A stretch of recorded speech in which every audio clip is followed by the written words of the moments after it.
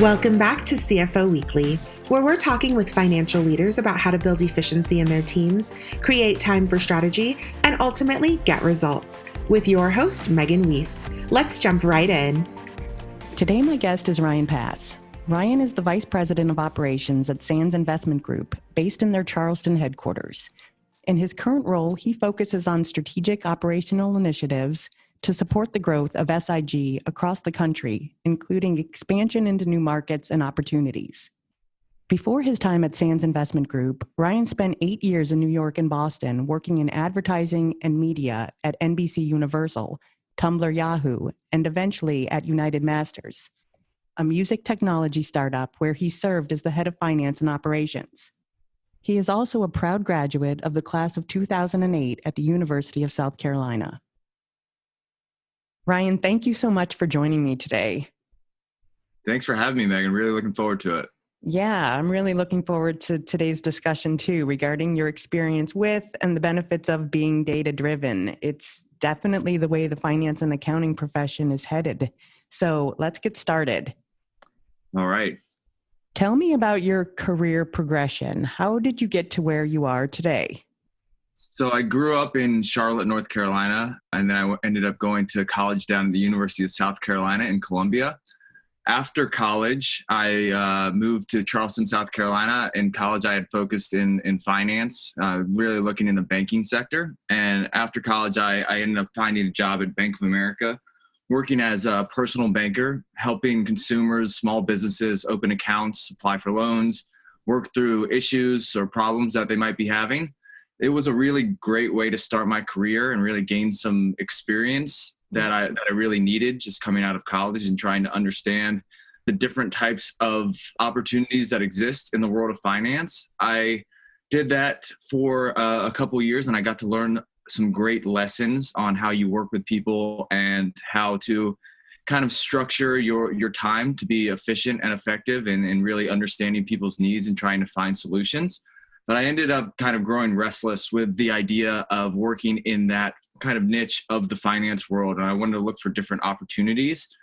I started looking outside of kind of my little bubble that I had lived all in the same kind of like 3-hour radius my whole life.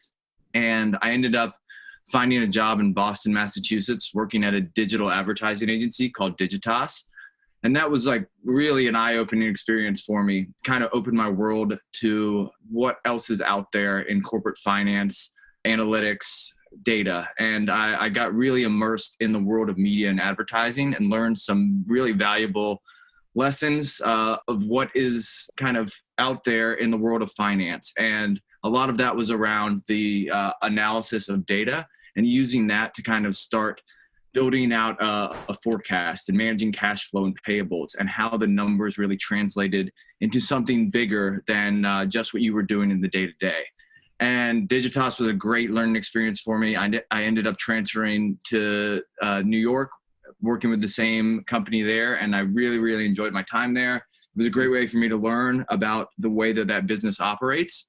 And an opportunity came up for me to move to kind of the other side of the media business. And I joined NBC Universal, working in their New York headquarters as part of their ad sales finance team. And my job there was kind of focused on digital properties and doing some analysis of their online catalog of video. So they have online video that runs on NBC.com, on Bravo, on USA.com, and on Hulu. And this kind of gave me a different type of lens into the way that a huge media company like NBC builds their system and process. And that was a really, really important step in my growth. I really I got to understand how the best of the best do it. You know, NBC has been in business for years doing this on the TV landscape, and then has transferred into the digital marketplace and has done it really, really well. And I was able to take a lot of that experience into my next role at Tumblr. So Tumblr had recently been acquired by Yahoo a couple months before I arrived there, and they were building out their ad sales team. And as part of that, they were looking for somebody to help with the kind of bridging the gap between sales and finance. And based on my experience at NBC and at Digitas, it gave me the opportunity to kind of lean on the background I had in media, analytics, reporting, And I actually got to build the system that would allow the sales team to grow, scale, and really like forecast effectively so that they could continue to build on the business of sales and actually like turning that into like long-term profits for the company. I eventually became the head of finance and operations at Tumblr. I got to work with the Yahoo corporate finance team and really helped kind of focus on all things growth and trying to make the back end processes and systems really, really strong so that as we would grow and scale, we would be able to do that while keeping costs somewhat in line. That was really an invaluable experience for me, and it got me really kind of into the idea of working with smaller companies and helping them grow. So after Tumblr, I joined a company called United Masters, which is a music and technology startup. And they really were focused on building out a platform that would allow artists to distribute their music and interact with their fans, kind of bypassing your traditional record label. And it would basically give the artist the freedom to create their own legacy, their own path, and hopefully their own financial freedom.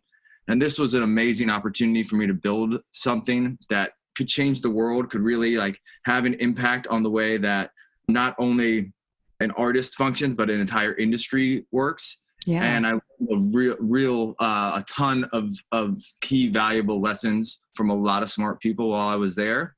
And then after around 6 or so years in New York, my wife and I decided to move back to South Carolina, wanted to be closer to family and friends.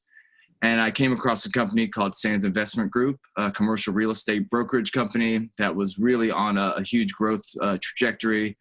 And they're headquartered here in Charleston, South Carolina. So I've been at Sands for about 2 years, helping to run the day-to-day operations, building out the platform that includes all the reporting, analytics, compliance, training, finance, marketing, et cetera.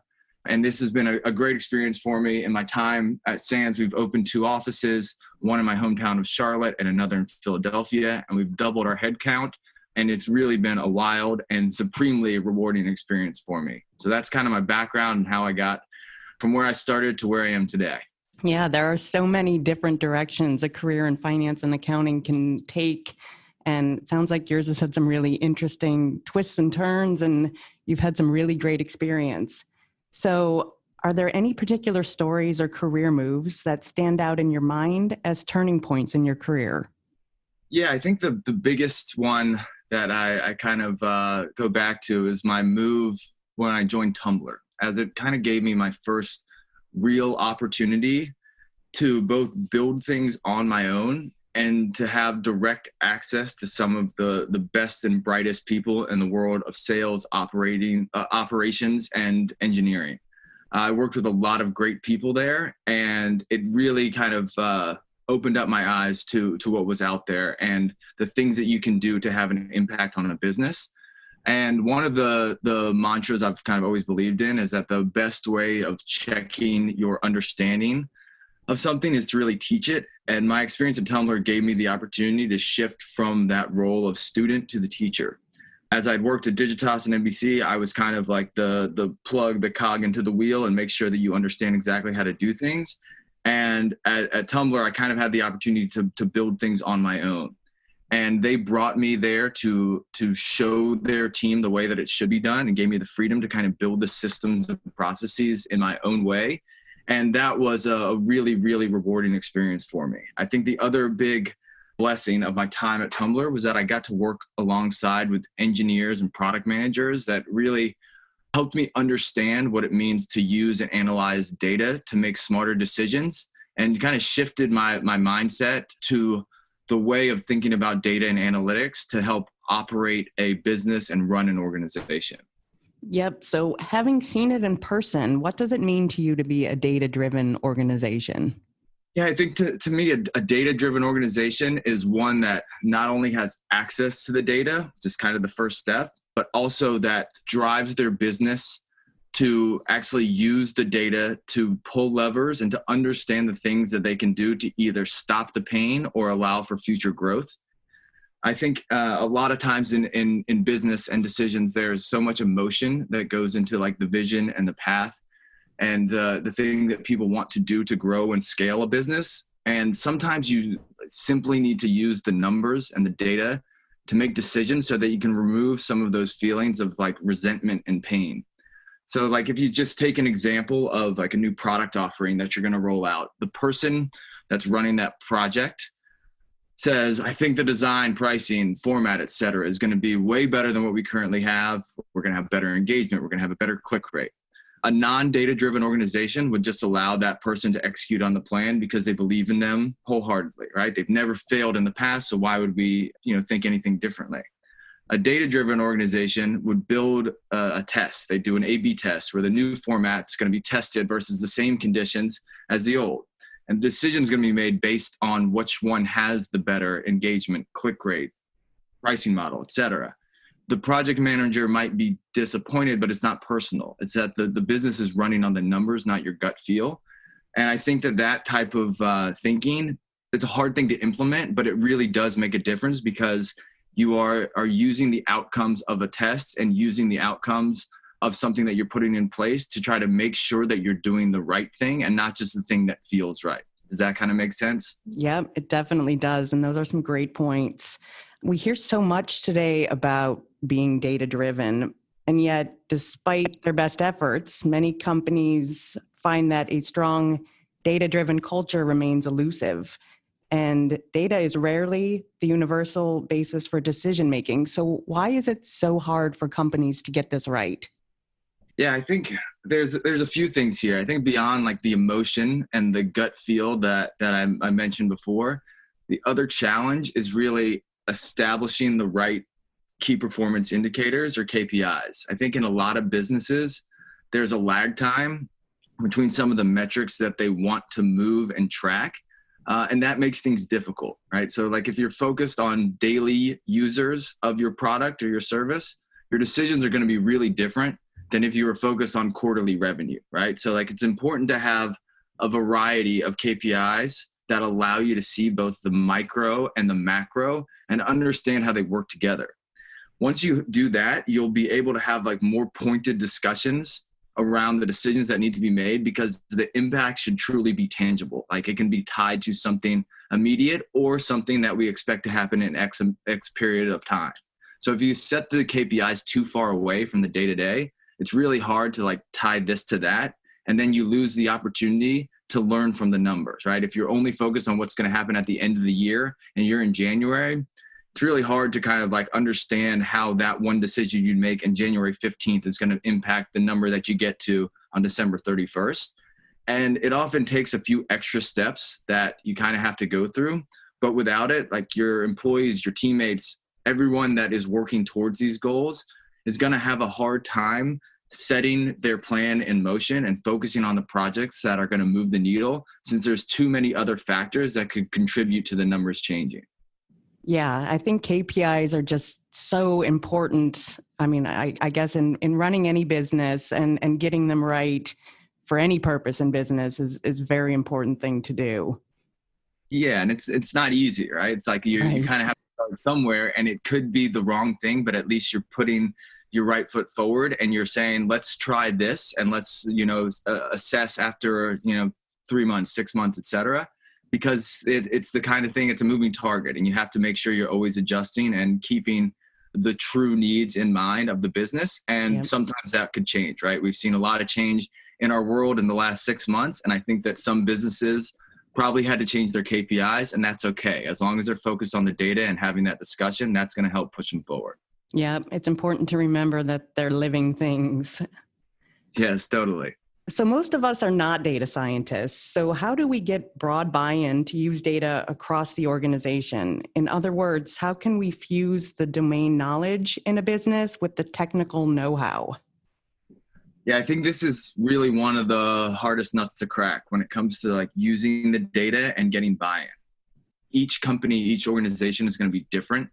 And some of those challenges might be based on the industry that you work in.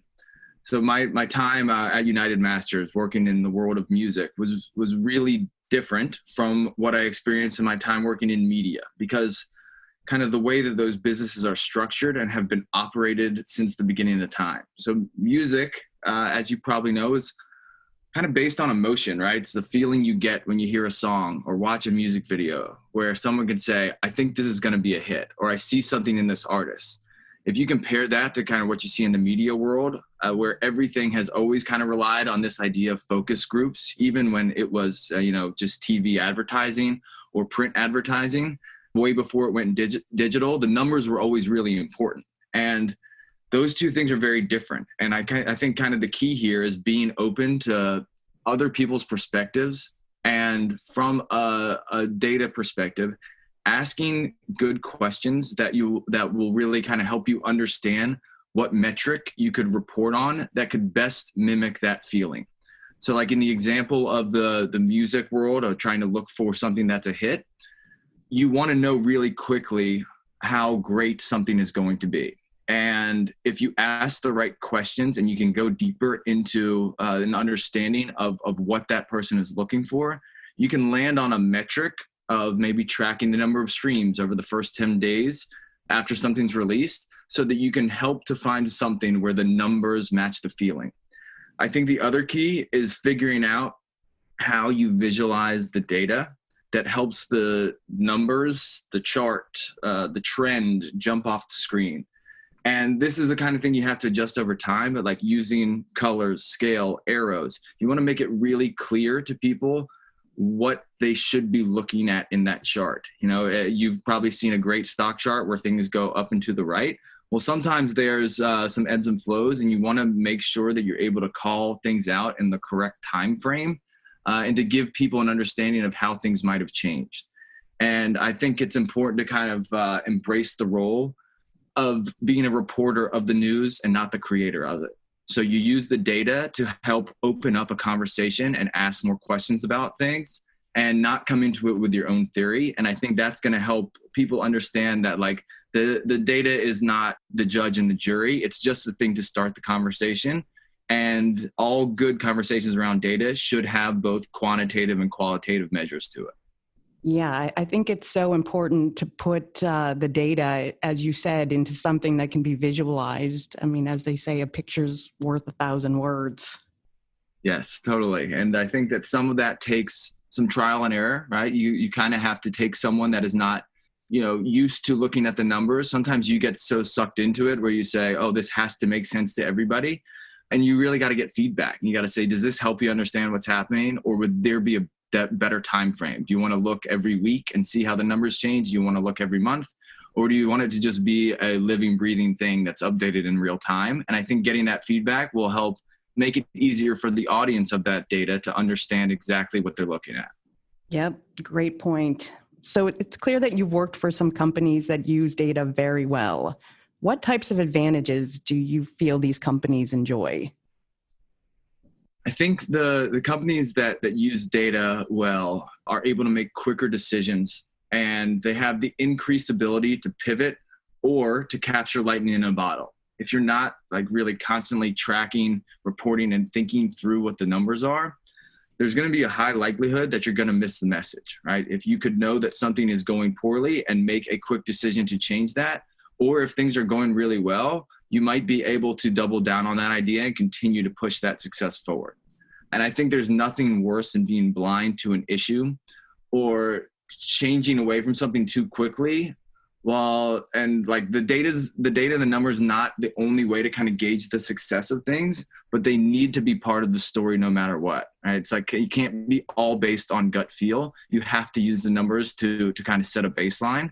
And I think like the other really maybe less tangible advantage is that companies that are data driven and that use data to make decisions, it helps to empower your employees to become experts on the business they work on.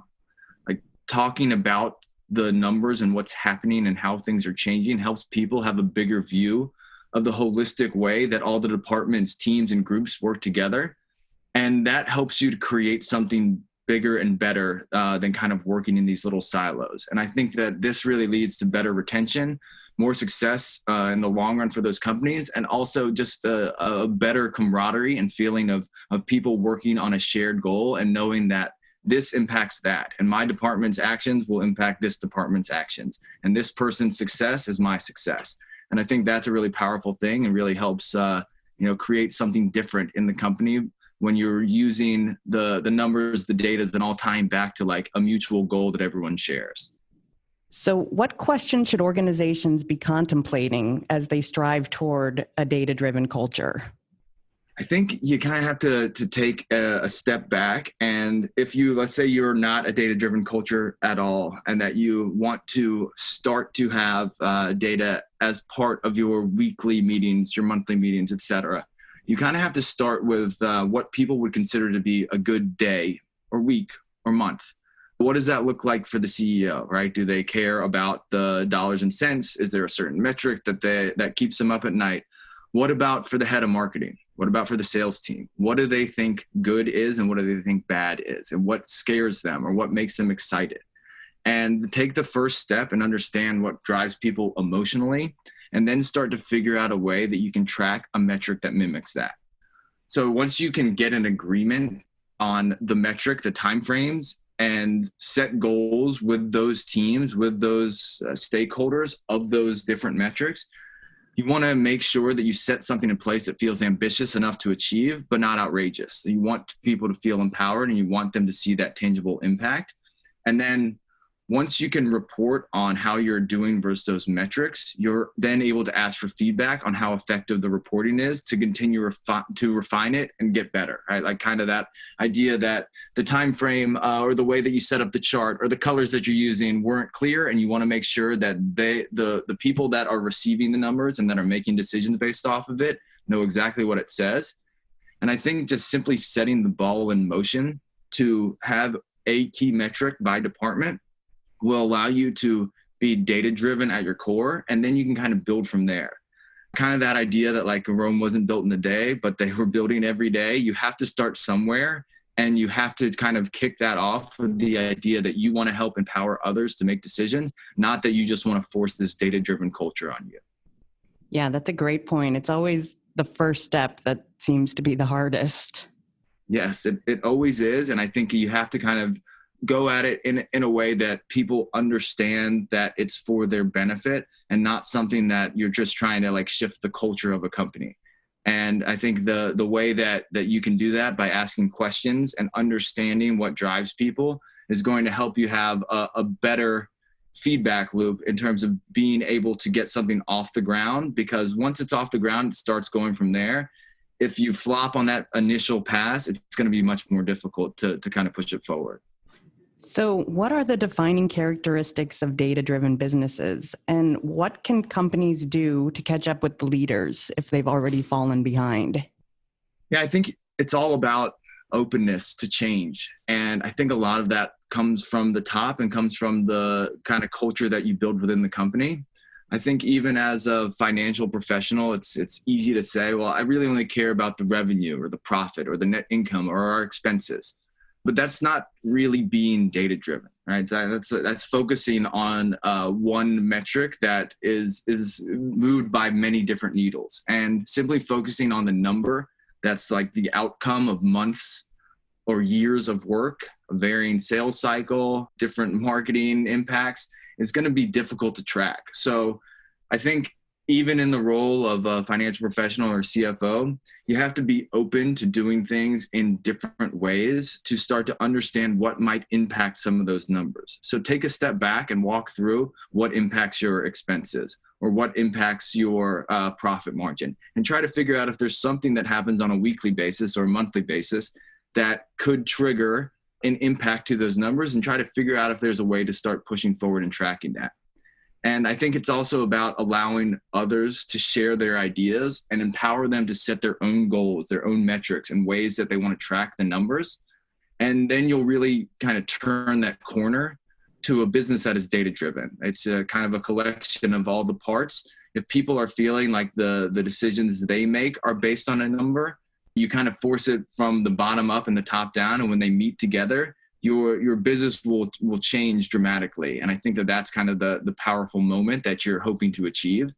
Everyone's got to be open to change, feedback. It's not an easy thing to all of a sudden take something that was done based on gut feel and change it to something that's tracked by numbers, and numbers as like the leading force. And it takes time. You just have to be patient, and you have to work with people, and you have to ask questions and get feedback. And I think in the end, the results are worth it. And I think a lot of times for a growing company, they hit a tipping point. And if they decide to start to bring in data and metrics and key performance indicators and true tracking of those numbers, it can really set them up on a path for much longer sustainable growth than if they just continue to do things the way that they used to in the past because it always worked. Yeah. And I think you hit on a great point that, change is scary and, not everybody enjoys doing it. But as you said, I think the results here are really worth it.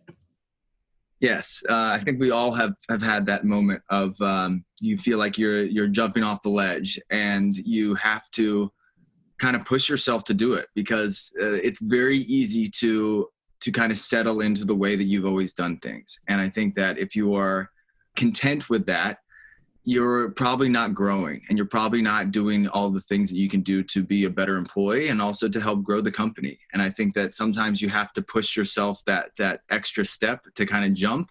And once you do, you'll find that you're a better person for it. And that the things that you can do when you take that next step are going to be much greater. Well, Ryan, thank you so much for your time today. You've given our listeners some really great advice. Well, Megan, thank you for having me. This was fun. I'm glad I got to talk about it a little bit with you guys. I am a fan of the data and of the numbers, and I also just enjoy getting to kind of talk about the things that different companies are seeing. So thank you so much for having me on today, and looking forward to talking again soon. Yeah, I really enjoyed hearing your story and great advice on how to become more data-driven. To all of our listeners today, I hope you have enjoyed today's discussion as well, and I hope you'll tune in next week. Until then, take care of yourselves and have a great week. If you're ready to boost efficiency and streamline your accounting processes at significant cost savings, it's time to talk with Personiv. Their people-powered solutions have transformed the delivery of back-office tasks and general accounting functions for decades, partnering with clients to provide everything from accounts payable to payroll services. See what Personiv can do for you by visiting personiv.com. You've been listening to CFO Weekly, presented by Personiv. Please subscribe wherever you get your podcasts to hear all of our episodes. Want to learn more? Check out personiv.com. Thanks for listening.